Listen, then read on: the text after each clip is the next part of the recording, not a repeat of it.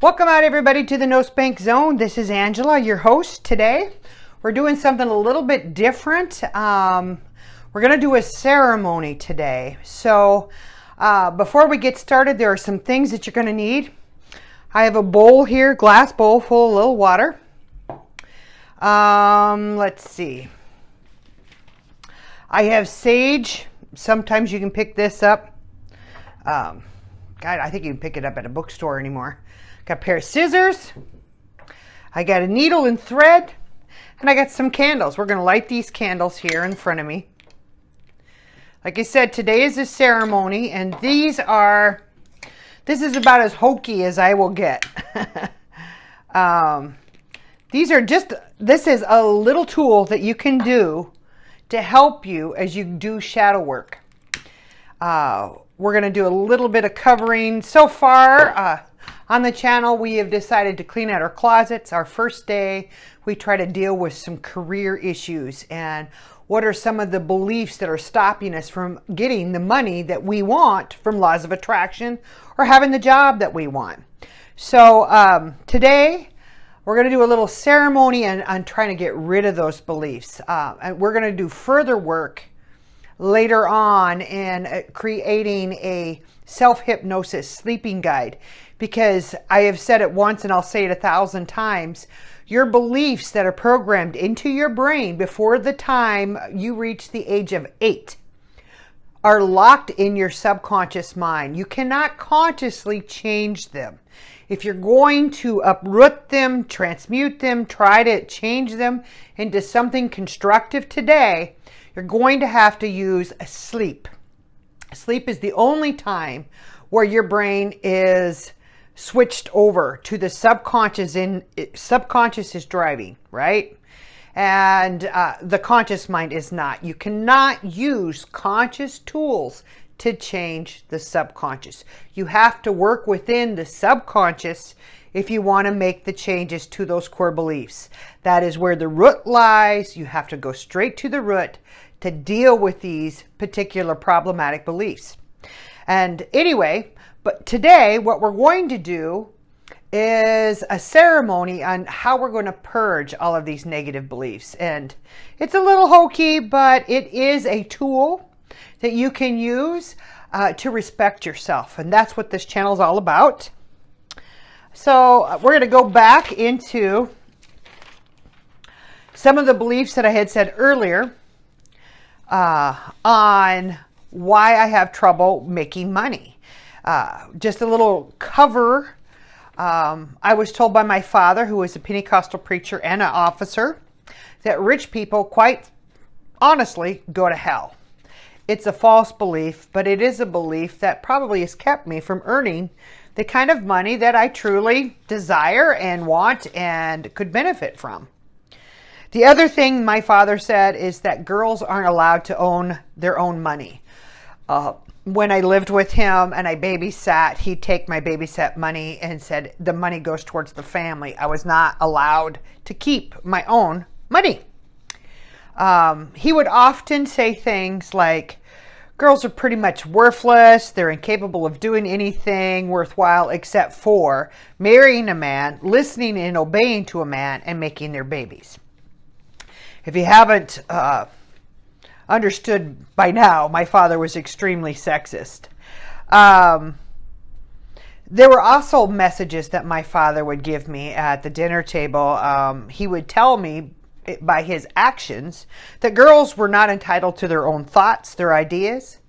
And there were times when he thought I spoke out of line, he just out and out slapped me. So I always felt like if I were to share my beliefs, if I were to share what I truly desire, I would be punished for it and shamed. So it's been very, very hard to learn how to be assertive. And I vacillate with assertion. Sometimes I get aggressive because Dad taught me how to be aggressive. Or sometimes I stay very passive, which I had to do as a child in order to survive my father's wrath. Yes, I come from child abuse. And I think many of us do. But the reason I share this story is I want you out there, my listeners, to think about what lessons you heard from your family about money. What were the roles in money? Who had the money? Who was allowed to have the money? Who was allowed to keep the money? All of these things play into our adulthood and prevent laws of attraction from working, because we've been programmed to follow the script that our parents followed. So, other things my father said is basically a light is only within men. Women, we're just cheerleaders. We're the source of all sin. So we're not allowed to have any kind of voice of our own, thoughts of our own, money of our own. And this is important to me because I think so often in my life, I wish I had money back for all the times that I dimmed my light just to make the people around me happier. That happened frequently within my family, having 3 girls. There were episodes of jealousy, I think, within my mother and my sister. And there were times I'd have to dumb down myself or not be as happy because I wasn't following the plan. I was outshining one of the other ladies in the room, so I had to dim it down. I've had to do this when I was lead singer in a band. Wasn't allowed to be as good as the others. I had to play small, had to bend over backwards to please the male players in the band. It's atrocious. So many of my relationship issues are tied into the early childhood beliefs and the trauma that I experienced. But those same beliefs also affect how much money I earn, what career I'm in, right? And being able to stand up for myself and assert myself in an appropriate manner to protect my money, my energy. So we'll go on. I learned from both of my family when they got divorced that I was just nothing but a costly burden that basically nobody could afford and nobody really wanted. And it was a horrible thing for a parent to put on their child. But that is exactly how I felt. And those out there, my listeners that come from a family of not a lot of money, you can relate to this, I'm sure. One of the only things that my father ever praised me on was cleaning. And it's ironic that I'm a cleaning lady and have been for over 25 years. It almost kind of disgusts me that I went into a field, the only field that I ever really remember in my childhood my dad ever praising me about. He said I cleaned the sink so good, he thought my mom did it. So I was so desperate to have his attention and affection that was something I really pushed in my own self to learn how to do because I wanted to please him. And ironically, it did turn out to be a skill that has kept me fed and housed. So, I mean, there's that benefit. But sometimes I feel angry about choosing that career because I feel there's so much more to me than that. I just wasn't allowed to express it. There's so much more, going on. My father taught me that, and my mom taught me that a woman's job is to serve the needs of others, and often at the cost of herself. Women just weren't allowed to take care of themselves. They were the caretakers of everyone else, and their needs come last. And I have fulfilled that in my life over and over again, and it's just made me miserable. Because if your cup is empty, you've got nothing to give to others. But it's a crazy religious upbringing. I cannot tell you how much I have been subjugated by religious doctrines that do nothing but harm. What I want to do with this is my ceremony. I just want to get rid of all these beliefs. Every single thing here is irksome. Rich people go to hell. I just want to cut it out of me. So I got a piece of paper and I'm going to cut it. Girls aren't allowed to have their own money. Absolute crap. These are beliefs that just do not serve me. Girls are worthless. and incapable of doing anything worthwhile in their lives except for making their men happy and making babies. So sick of this. Girls aren't entitled to share their thoughts or ideas. They will be slapped, they will be punished, and they will be shamed. I had so much of that in my life. And it's funny how much that particular story I've repeated over and over again in my working life. Men are the only ones who hold light. Women are only the cheerleaders. Men are the players on the field. We aren't allowed to play. So much of that has happened in my life where I've dumbed myself down to make men feel better because that's my training. I'm cutting away that I am just nothing but a costly burden to others. Again, another way to destroy my self-esteem. I'm only good at cleaning. Screw you on that. I have so many more things to give than that. My purpose is to serve the need of others, even if it comes at a severe cost to myself. Absolutely not. If my cup isn't full, I've got nothing to serve others with. So I'm cutting all of these things out. The scissors and the paper are me cutting these awful roots, these awful beliefs about my career, about money out. God hates me because I'm a woman, and I'm forsaken because I'm a woman, and I'm not worthy of having money because I'm a woman. Absolute crap. I don't know whoever came up with this. Men in our past. Anyway. Women need men to be providers and tell them what to do. I'm cutting all of this out. These are beliefs from my childhood that do not serve me. So, I have a little bowl here. Not only am I going to cut them, but I'm burning them. And there's a reason for it. Because these roots have to be eliminated. If you just cut a root, let's just say you go through your grass and you have a bunch of weeds growing. It's my favorite, dandelions, right? Well, you cut the dandelions down with the mower. A lot of times they just bend over.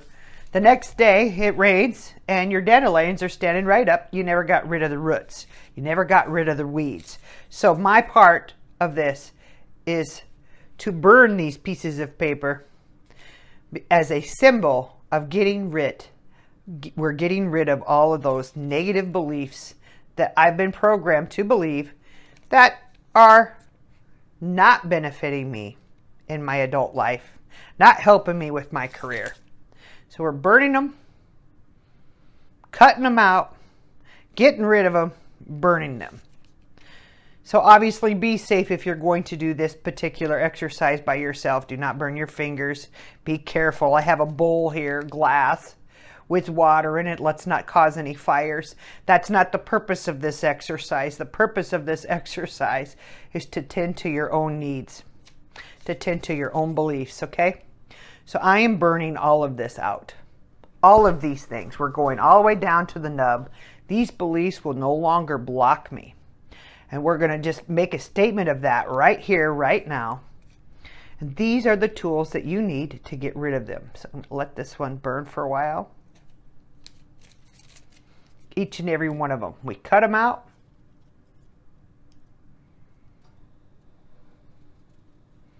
And we light these bitches on fire. That was tough. There's a reason for it. Get rid of them. They no longer serve us. We're done with it. So, in exchange of these negative beliefs, right? Hope you saw that over here. We're going to talk about the good. So what I'd like to replace them, and I just stabbed myself. Ouch. All right. Rich people do not go to hell. It is perfectly okay to be wealthy and have prosperity. Money is energy. Money is love. God is love. All of these things are good. Let's get rid of that negative, replace it. We're going to transmute all of these beliefs into these positive beliefs. A lot of this will be done in our sleep, but right now we're making a conscious statement of where we've been and where we're going. Number 2, I have the right to protect my love, to protect my energy, and to protect my prosperity. What this means is I'm entitled to my wealth, and I have the right to protect my wealth. Right now, it's more important than ever that we keep an eye on our finances. We've got greedy corporations and lawyers out there writing laws every single day that benefit the corporation at the expense of the consumer. And you have to watch each and everything that you sign up, in particular online. I don't believe our data is safe. I think it's been hacked from the banks. That's my personal opinion. I don't believe it's every personal computer. I think nothing that's online is safe. And you'll be seeing more and more and hearing that more and more. But we as consumers, we as people that need money in order to survive, we must watch our money and be careful of all of the scams that are out there. And we as women have a right to protect ourselves and have good boundaries. Money, love, and prosperity flow easily and effortless through me and in equal balance. That is the most important thing that I want all of us to feel, is that money can come easily without effort, and we can give easily without effort. And that all is a balance. It's a yin and yang. We go equally. We have enough, we give. We don't give too much and end up with a negative checking account balance. Absolutely not. We have enough. There is always enough. We have prosperity, and it comes to us easily.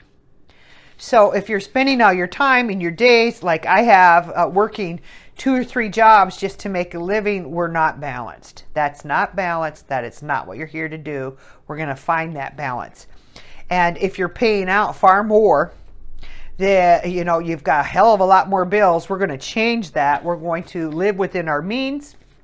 And we are going to balance all of that energy. We're entitled to that.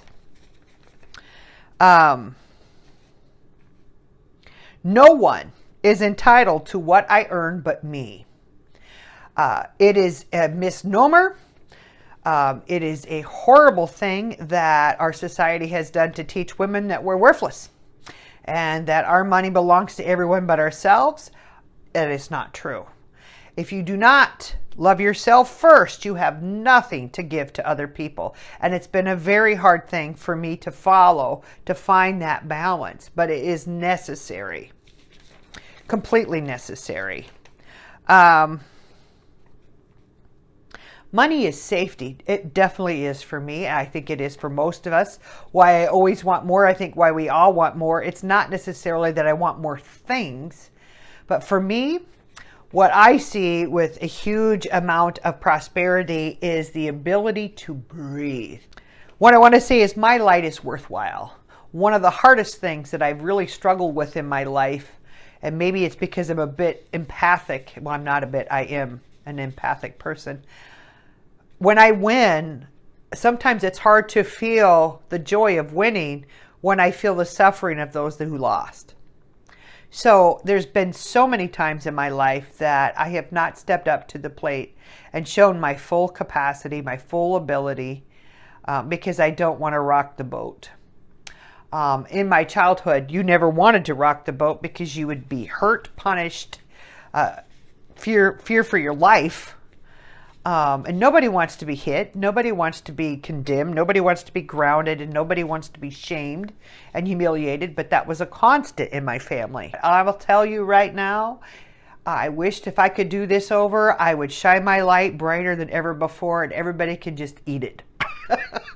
And the reason I say that is you do not benefit this world if you do not show the world who and what you truly are. No one will benefit by you hiding your light. And light equals money to me. Light equal energy.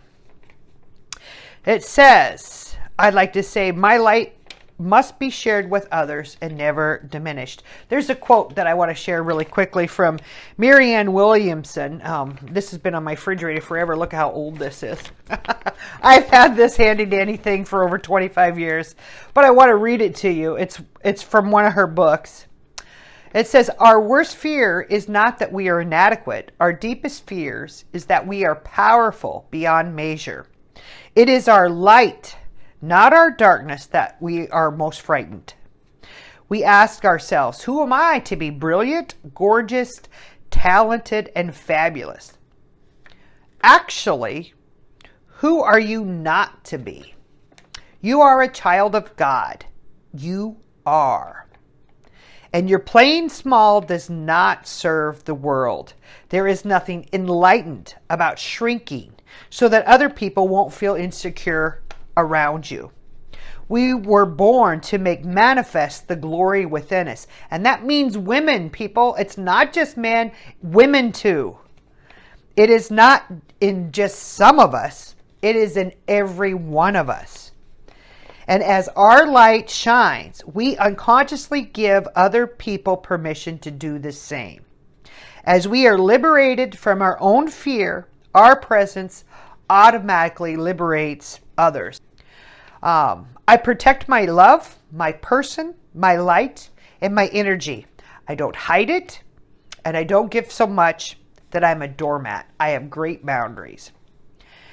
I will no longer fear the wrath that comes from my father and many other abusive men and women for speaking my truth. Protecting my love, my light, my energy, and my prosperity. One of the hardest things that we've got to learn in this world is to speak our truth. No matter what the cost, you've got to come forward with it. It is your purpose. And fear does nothing. Fear doesn't help you at all. I understand it when you're a child and you're fearing for your life. But as you become an adult, you need to speak your truth and find a way to do it effectively. And last but not least, well, there's two things that I want to do here. I got a needle and thread. Because as we purge all of those roots, I don't know if you, just imagine a tree and you pulling the roots out. Of course, it takes effort, it takes energy, but what happens to the soil? Well, it's constantly displaced, and there's a huge hole. There's a gaping wound that you see. So for today, in our ceremony, you see this thread, and I just have a piece of paper, and I am stitching that hole closed. I'm no longer allowing that big hole to affect me. I'm stitching together all the positive parts of my body and of my spirit, and I'm allowing it to come together and heal. So these are all of the lost parts of me, all of the parts that have been hidden underneath those negative roots. Coming back together, we're putting that soil back in place. So this is the reason why we take needle and thread and we stitch, because we are healing ourselves. So much of what we've already talked about, fortifying ourselves, doing the Qigong, exercises for healing specifically. This is what we are doing. The other thing I want to do is light this. This is my sage, just to allow some positive energy to come in as we purge the negative. And we bless the space. We bless ourselves. This is as woo-woo as I'll ever get. But this is a ceremony that we're going to do for not just the career, but for our bodies, for our health, for our sexuality, and for our relationships. These are things that have to be stated. So consider today a statement of where we're going, where we've been, and where we're going. There will be more work ahead on career and all the others when we do our hypnosis, self-hypnosis, sleeping exercise. But until then, I hope this episode is helpful to each and all of you, that you understand the tools that I am offering to you, and that you all have the courage to face the thoughts, the training, all of those negative beliefs, that you are allowing yourself time to look at those things, to realize what they're doing. And I wish you courage and strength to face all of those. Until we meet again, take care. God bless you. I will see you next time.